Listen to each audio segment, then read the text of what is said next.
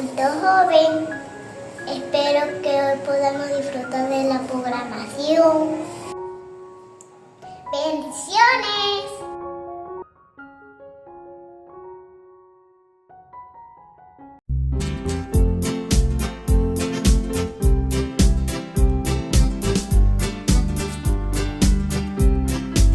No me siento solo, solo, solo, solo, solo. No me siento solo, solo, solo, solo, solo. Porque el ángel de Jehová que a mi lado está, acampa en derredor y me defenderá. Porque el ángel de Jehová que a mi lado está, acampa en derredor y me defenderá. No me siento solo.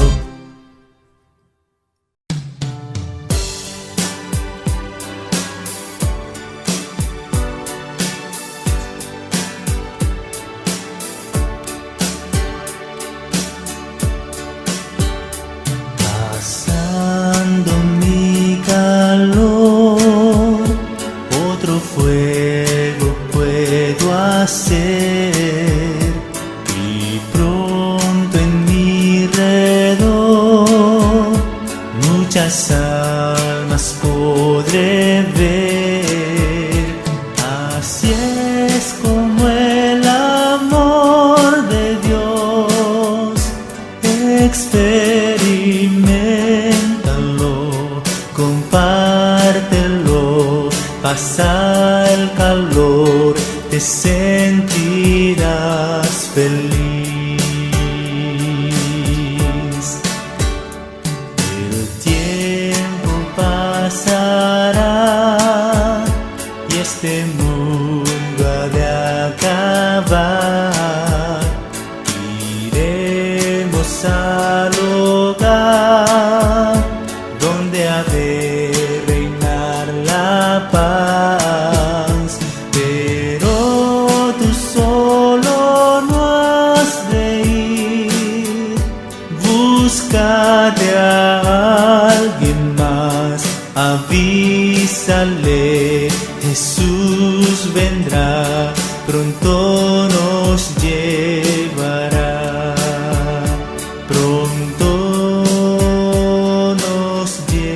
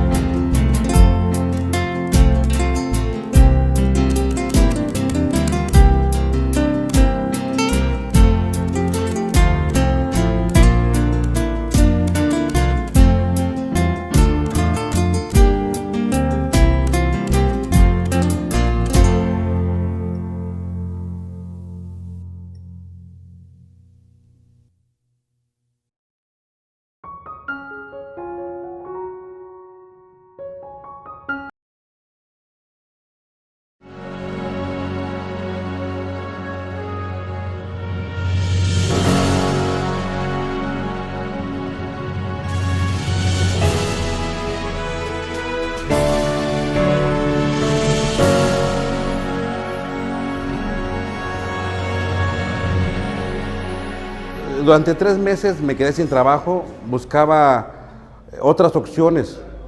Toqué puertas y nadie me abrió, sino muchos decían, pues sí, tienes que trabajar, pero tienes que trabajar el día ¿qué?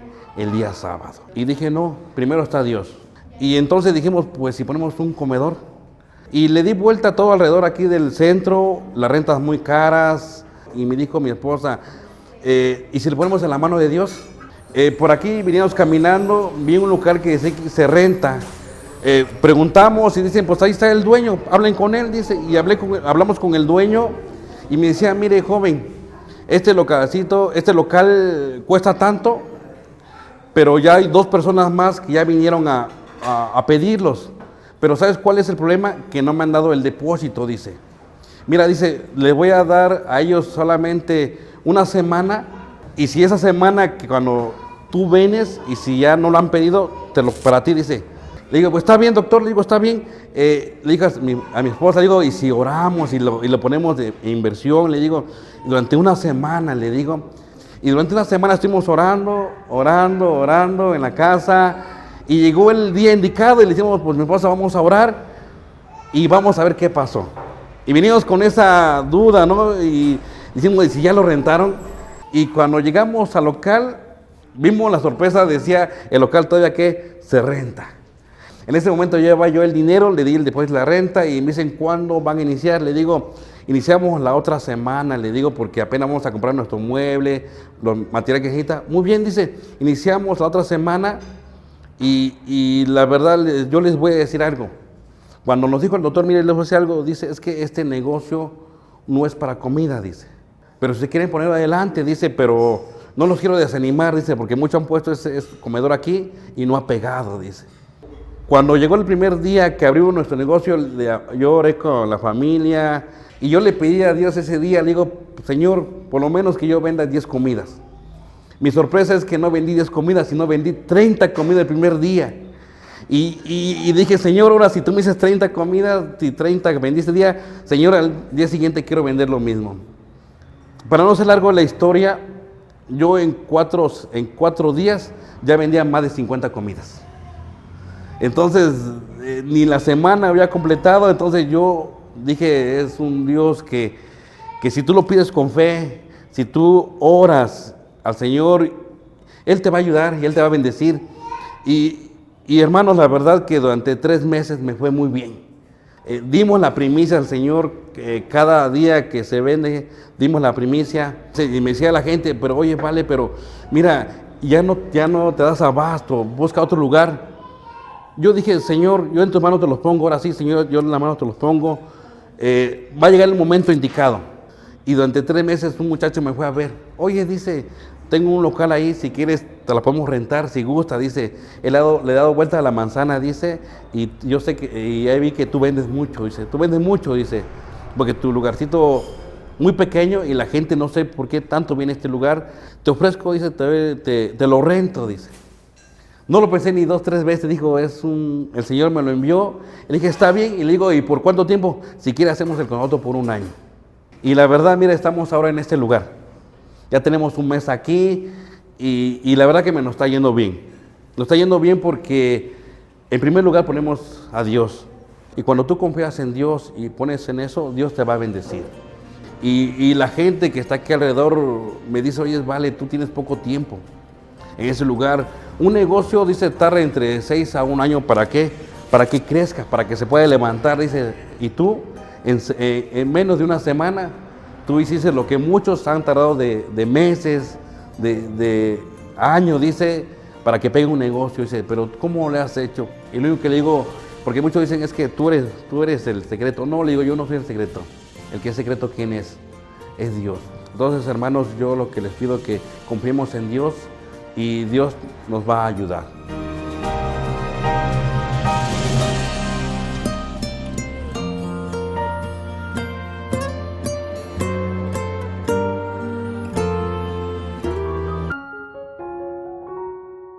Unos a otros, a Pablo, de Pedro, C. Jesús, de Juan. Tienes 5 segundazos para responder.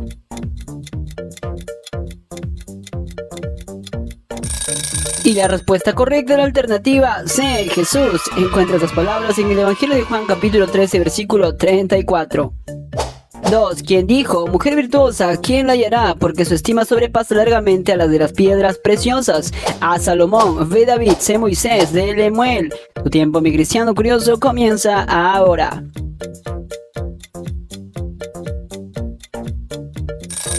Y la respuesta correcta es la alternativa D, Lemuel. Puedes encontrar estas palabras en el libro de Proverbios capítulo 31, versículo 10. 3. ¿Quién dijo? Ay, Señor, nunca he sido hombre de fácil palabra, ni antes ni desde que tú hablas a tu siervo. A Noé, ve Moisés, C Jeremías, C Zacarías. Tienes 5 segundazos para responder.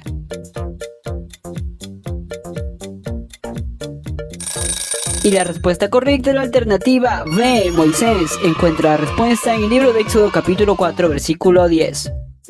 4. ¿Quién dijo? Oí tu voz en el huerto y tuve miedo porque estaba desnudo y me escondí. A Noé, B Caín, C Adán, D Abel. Tu tiempo, mi cristiano curioso, comienza ahora.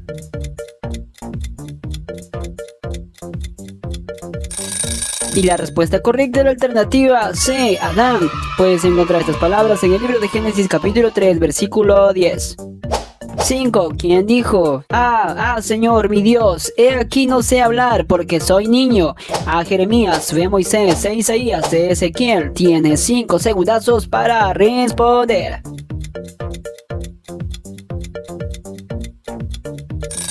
Y la respuesta correcta es la alternativa A, Jeremías. Encuentra estas palabras en el libro de Jeremías capítulo 1, versículo 6. 6. ¿Quién dijo? Habla porque tu siervo oye. A Ofni, ve Samuel, C Isaías, de Natán. Tu tiempo, mi cristiano curioso, comienza ahora.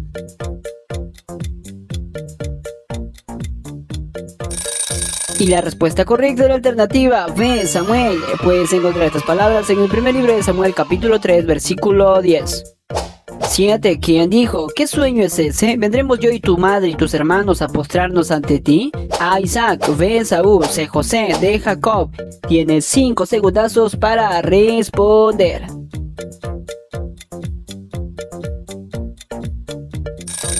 Y la respuesta correcta es la alternativa D, Jacob. Encuentra esas palabras en el libro de Génesis capítulo 37, versículo 10. 8. ¿Quién dijo? Y estad siempre preparados para presentar defensa con mansedumbre y reverencia. A Judas, fe Juan, C Pedro, D Pablo. Tienes 5 segundazos para responder.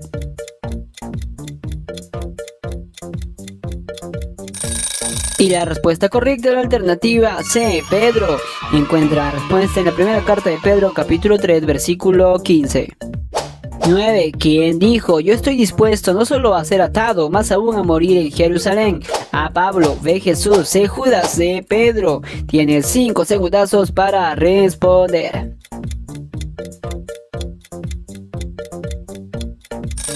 Y la respuesta correcta es la alternativa A, Pablo. Encuentra estas palabras en el libro de Hechos capítulo 21, versículo 13. 10. ¿Quién dijo? ¿Por qué me buscabais? ¿No sabías que en los negocios de mi padre me es necesario estar? A Juan, B Santiago, C Jesús, D Pablo. Tu tiempo, mi cristiano curioso, comienza ahora.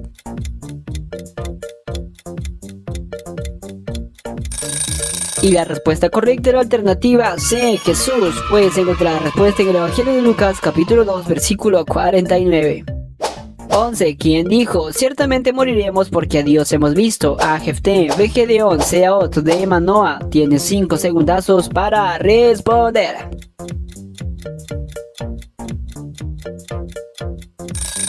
Y la respuesta correcta es la alternativa D, Manoa. Encuentra esas palabras en el libro de Jueces capítulo 13, versículo 22. 12. ¿Quién dijo? Cada uno dé como propuso en su corazón, no con tristeza, porque Dios ama al dador alegre. A Felipe, B Pedro, C Pablo, D Jesús. Tienes 5 segundazos para responder.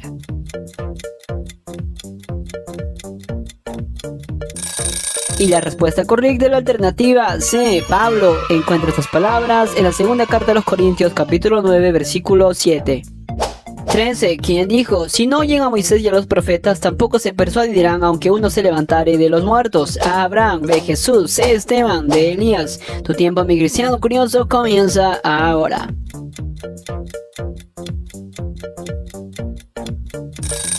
Y Y la respuesta correcta es la alternativa A, Abraham. Encuentra estas palabras en el Evangelio de Lucas capítulo 16 versículo 31. 14. ¿Quién dijo que Una niñita oraba junto a su cama antes de ir a dormir? Querido Dios, por favor haz que Río de Janeiro sea la capital de Chile, porque eso es lo que escribí en el examen de hoy. ¿Podemos ajustar los hechos a nuestras ideas? ¿Podemos torcer la realidad para que coincida con nuestras opiniones? Toma tu Biblia y en un momento más regresaré.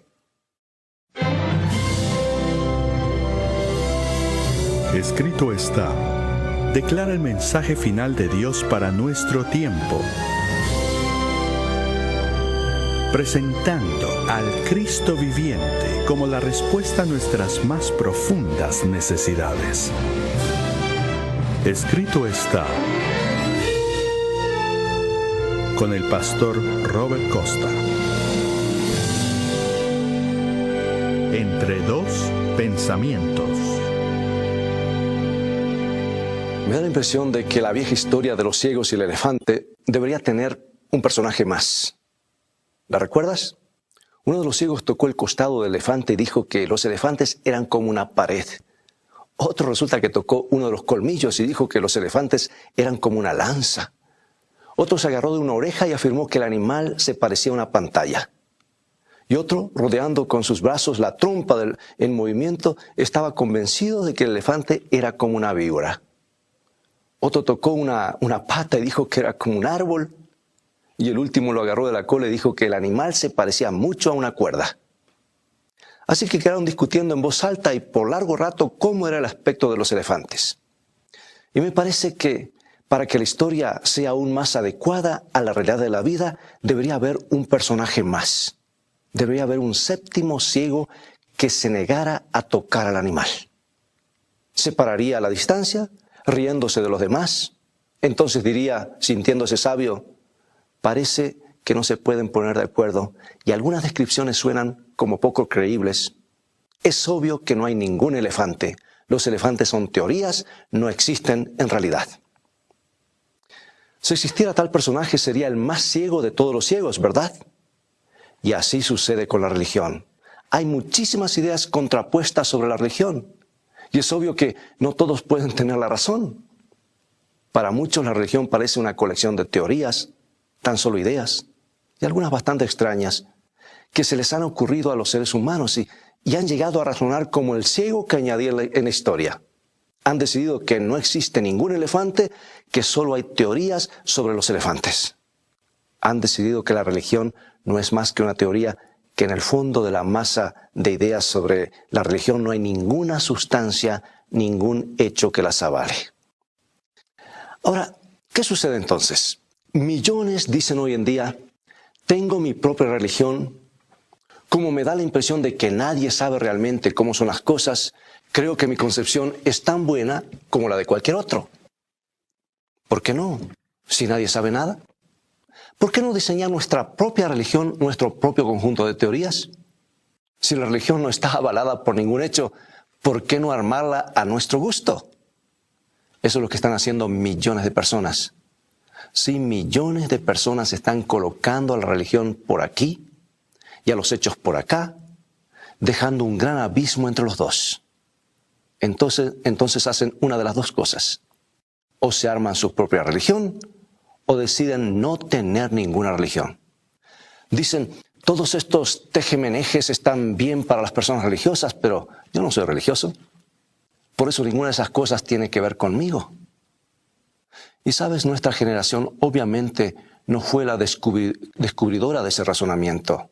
Un razonamiento en cierta manera atractivo para muchos.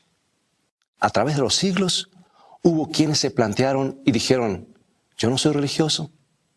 Así que las advertencias de los profetas no tienen nada que ver conmigo. Pero ¿cómo se genera esa idea de que la religión es solo para los religiosos? ¿Cómo se gesta? Porque esa clase de razonamiento ya se practicó una vez y a gran escala. Era una generación muy parecida a la nuestra, quizás no fue peor, pero sí más avanzada. La gente estaba ocupada, era próspera y feliz. No había pobreza ni desempleo. No tenían muchos de los problemas que tenemos nosotros hoy. Hasta el clima tenía buen comportamiento y nunca había sido de otra manera. Pero un día comenzaron a circular algunas noticias que daban risa. Resulta que un anciano estaba diciéndole a todo el mundo que iba a comenzar a llover. Imagínense, nunca había llovido. ¿Por qué iba a suceder ahora? No solo predecía la lluvia, también decía que iba a llover tanto que se produciría una gran inundación, pero no en una sola región, sino en todas partes, en todo el mundo, una inundación global. Todo el mundo bajo agua, imagínate. Todos pensaron que se trataba de un motín, que el hombre debía estar loco. Pero evidentemente el anciano era sincero, porque en una colina en medio de la nada estaba construyendo un barco. ¿Por qué estaba haciendo eso Noé? Decía que Dios se lo había dicho. Se comportaba como uno de esos fanáticos religiosos que andan de aquí para allá haciendo cosas extrañas y diciendo que Dios se los ordenó. Noé se convirtió en una curiosidad. Su bote pasó a ser una atracción turística.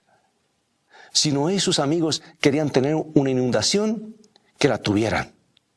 Pero los espectadores que la miraban y comentaban y se burlaban no eran religiosos. El tema no era para ellos. No querían saber nada con religión. Pero cuando el cielo despejado comenzó a llenarse de negras nubes que no presagiaban nada bueno, y cuando comenzó a llover con truenos y relámpagos que atravesaban los cielos, y el miedo les quitó el buen juicio, ¿era eso religión? Cuando el agua comenzó a manar a raudales, y los árboles fueron arrancados de raíz y las rocas lanzadas al aire, ¿era eso religión? Cuando golpearon frenéticamente la puerta del barco, una puerta que había sido cerrada por Dios mismo, ¿era eso religión?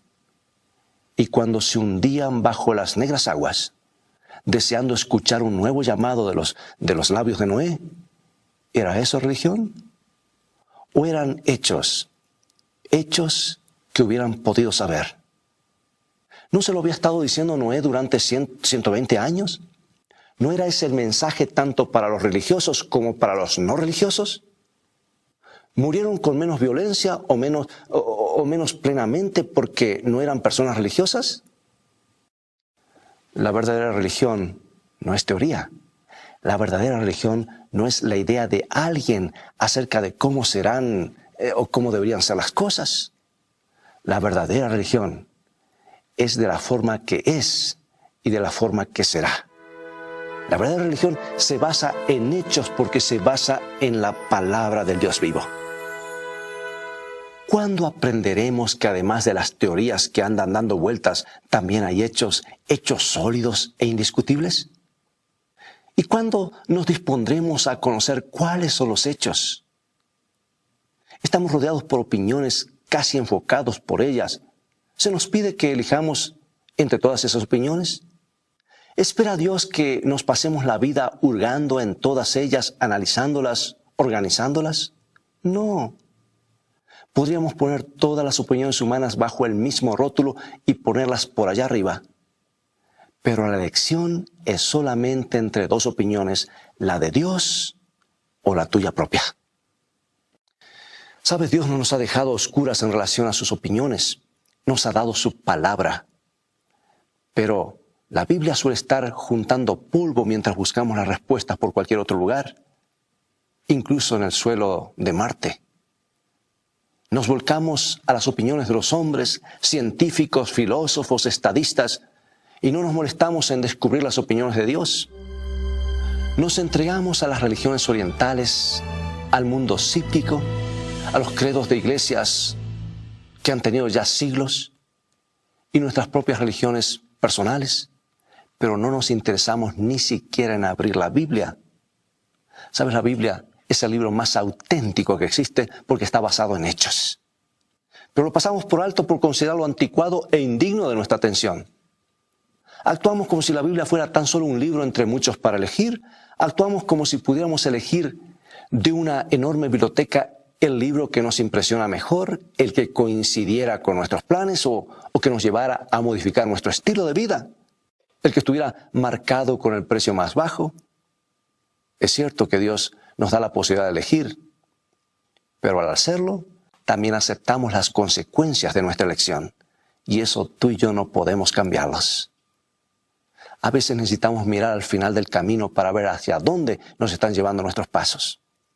La generación de Noé no es el único ejemplo de lo que sucede cuando los hombres colocan sus opiniones por encima de la de Dios. Por ejemplo, la Revolución Francesa es un ejemplo más cercano a nuestro tiempo y nos proporciona una demostración horripilante de lo que sucede cuando los hombres rechazan a la Biblia abierta y llanamente y la sustituyen con su propia religión. ¿Recuerdas la Revolución Francesa? Por supuesto que sí, pero a menos que seas historiador o la estés estudiando en este momento, es probable que recuerdes los detalles muy vagamente. Francia se estaba dirigiendo hacia el conflicto y ya había estado en conflicto durante siglos antes de la Revolución. Habían prohibido la Biblia y los que se atrevían a defenderla eran cazados como animales salvajes.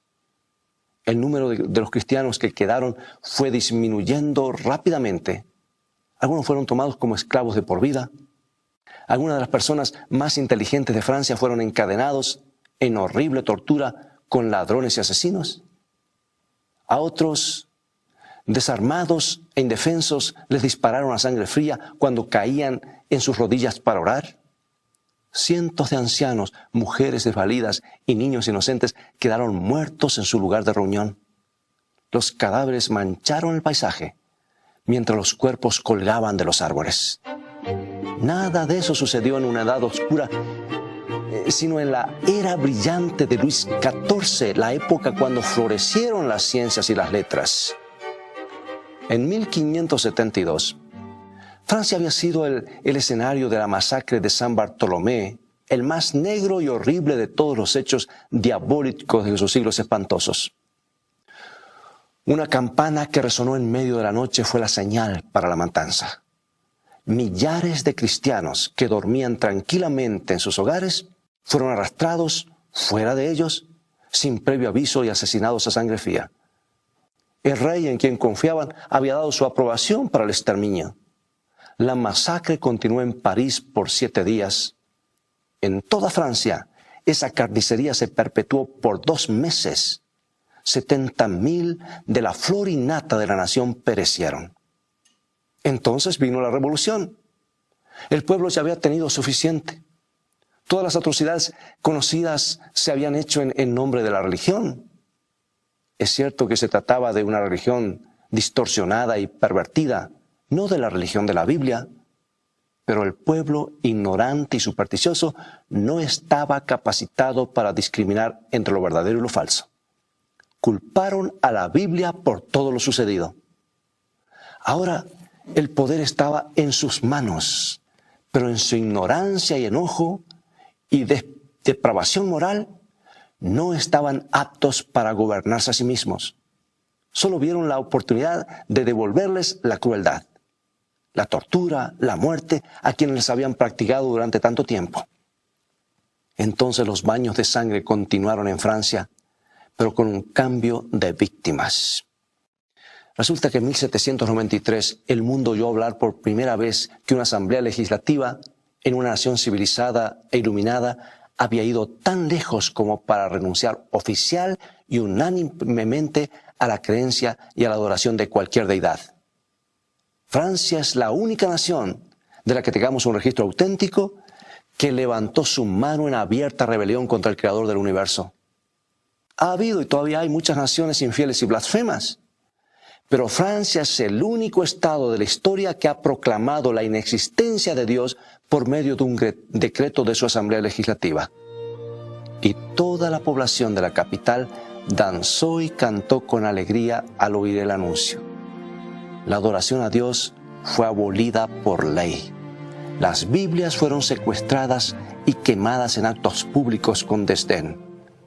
Uno de los dirigentes del nuevo orden dijo: Dios, si existes, véngate de las injurias a tu nombre. Te desafío. Te quedas callado. No te atreves a lanzar tus truenos. ¿Quién va a creer en tu existencia después de esto? Francia, habiendo abandonado y prohibido la Biblia, habiendo levantado toda restricción moral, pronto cayó en la más abyecta idolatría. Y sucedió justo en la Asamblea Nacional. Es como si hubiera sucedido en el Congreso de los Estados Unidos, o en el Parlamento de Canadá o Australia. Trata de imaginarlo.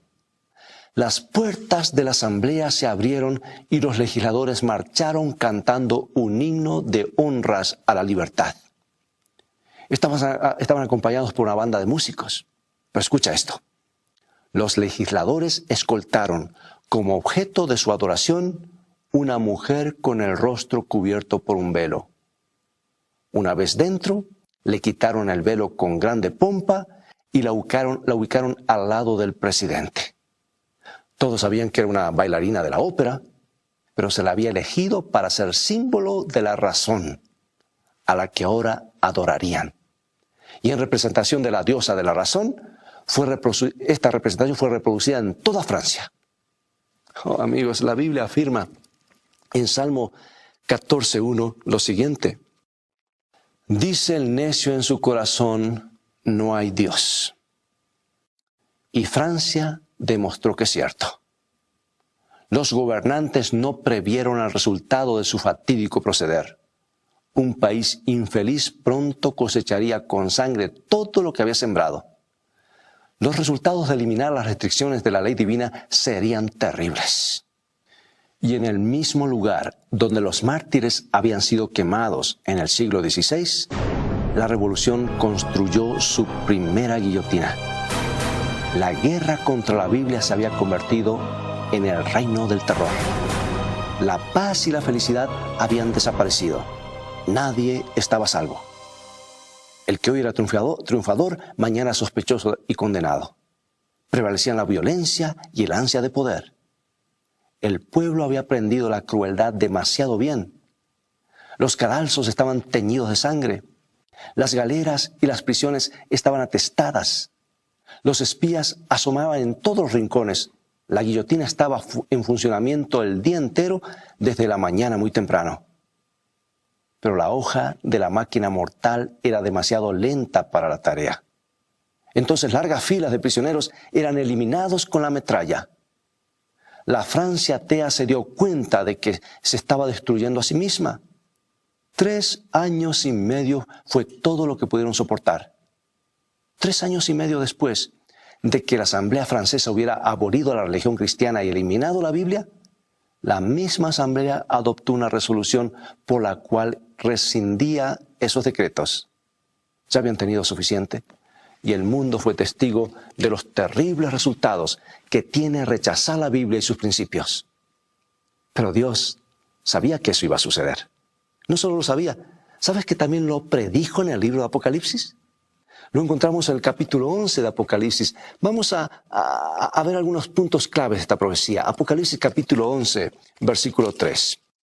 Y daré a mis 2 testigos que profeticen por 1260 días vestido de cilicio. Aquí Dios habla de sus 2 testigos. ¿Quiénes son? Dios nos habla a través de las Escrituras, ¿no es verdad? Las Escrituras del Antiguo Testamento y las del Nuevo Testamento son sus 2 testigos. También se menciona un periodo de tiempo, 1260 días. Un día, sabemos en la profecía simbólica representa un año literal. Eso es lo que nos indican los libros de Números 14:34 y Ezequiel 4:6. Y es un principio de interpretación profética bien aceptado. Durante 1260 años literales, los 2 testigos de Dios, las Escrituras, profetizarían en sacos de silicio, con gran dificultad. Los 1260 años son un periodo de tiempo que se menciona varias veces en la Biblia. Un periodo que está asociado con la persecución del pueblo de Dios, que trata de proteger la Biblia. Va del año 538 hasta 1798. ¿Tiempos difíciles? Sí, pero los 2 testigos igual serían escuchados. Pero entonces algo sucedería. Mira Apocalipsis 11:7. Cuando hayan acabado su testimonio, la bestia que sube del abismo hará guerra contra ellos y los vencerá y los matará.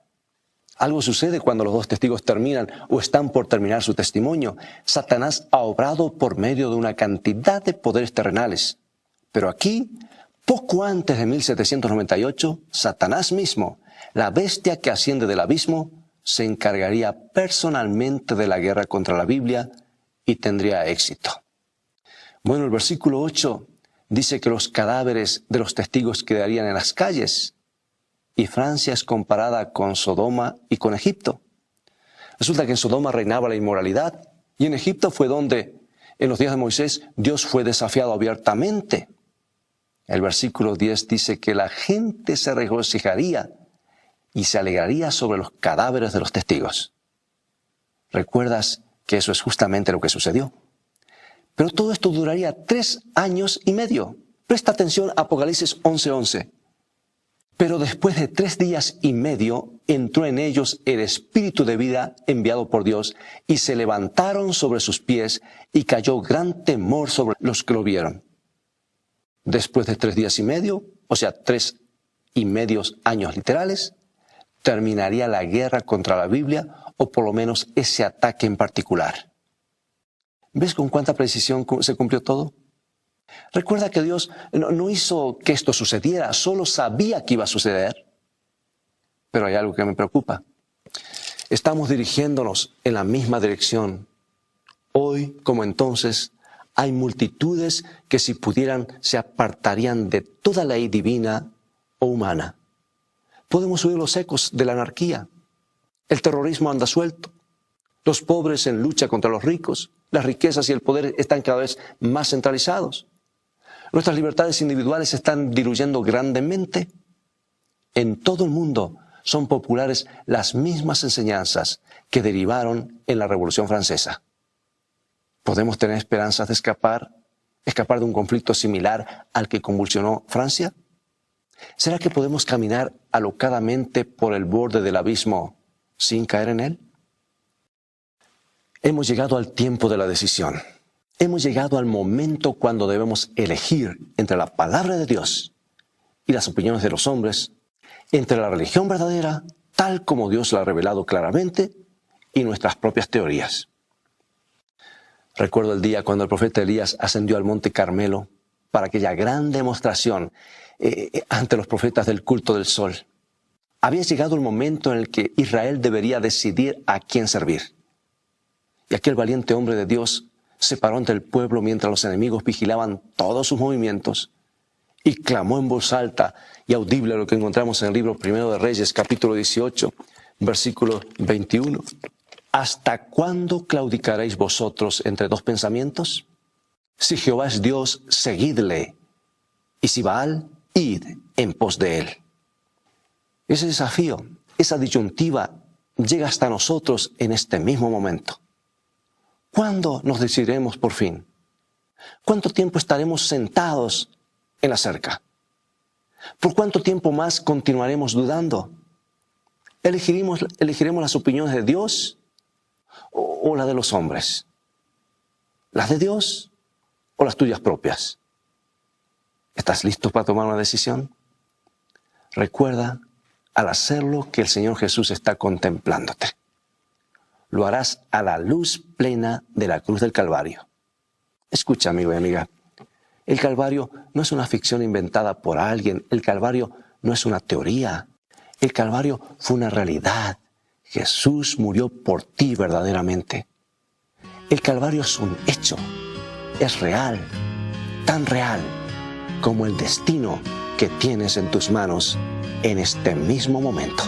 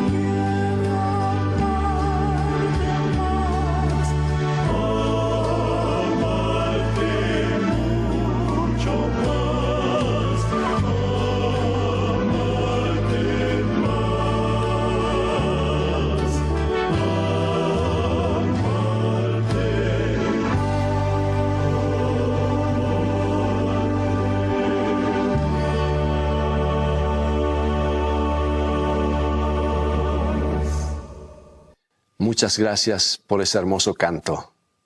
Acompáñame en oración. Amado Salvador, ¿por qué esperar para tomar nuestra decisión en otro momento?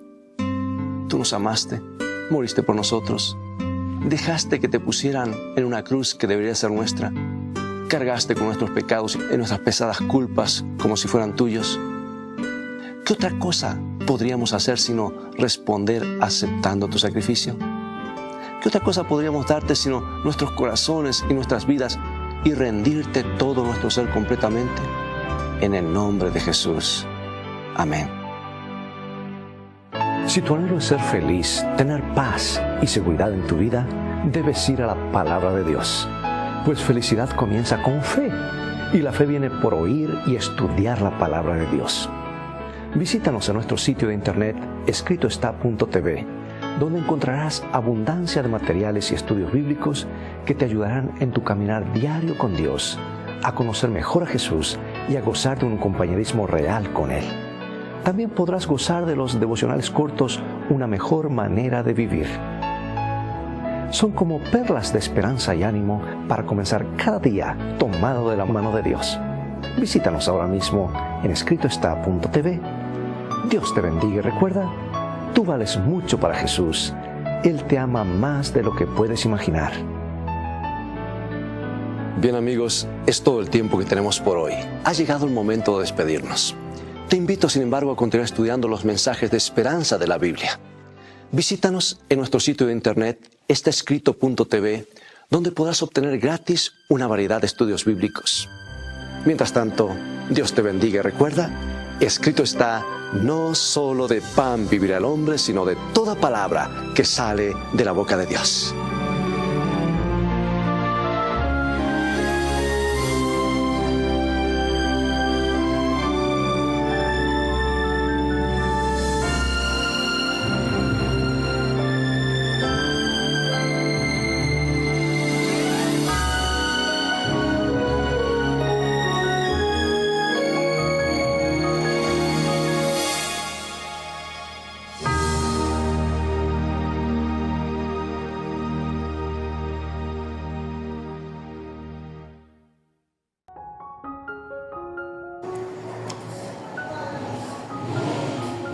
Gracias por acompañarnos. ¡Feliz semana! AR Canal te invita a convertirte en un patrocinador de esperanza.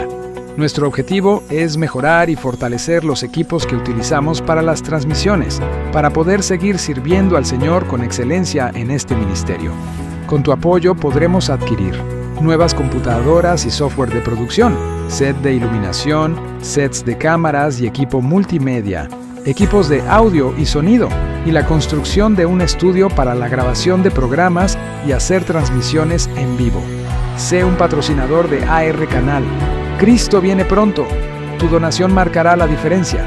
Juntos podremos seguir llevando el mensaje de que Cristo pronto volverá. Haz tu donación hoy. Si vives en México, puedes donar en la siguiente dirección bancaria. Si estás en Estados Unidos, puedes donar aquí. Si eres de Panamá, puedes donar a través de Yapi o cuenta bancaria. También puedes utilizar PayPal con el correo electrónico ruben-mg15@hotmail.com. Gracias a tu apoyo estaremos llegando a millones de personas en todo el mundo. Comunícate con nosotros al más 507-6422-4295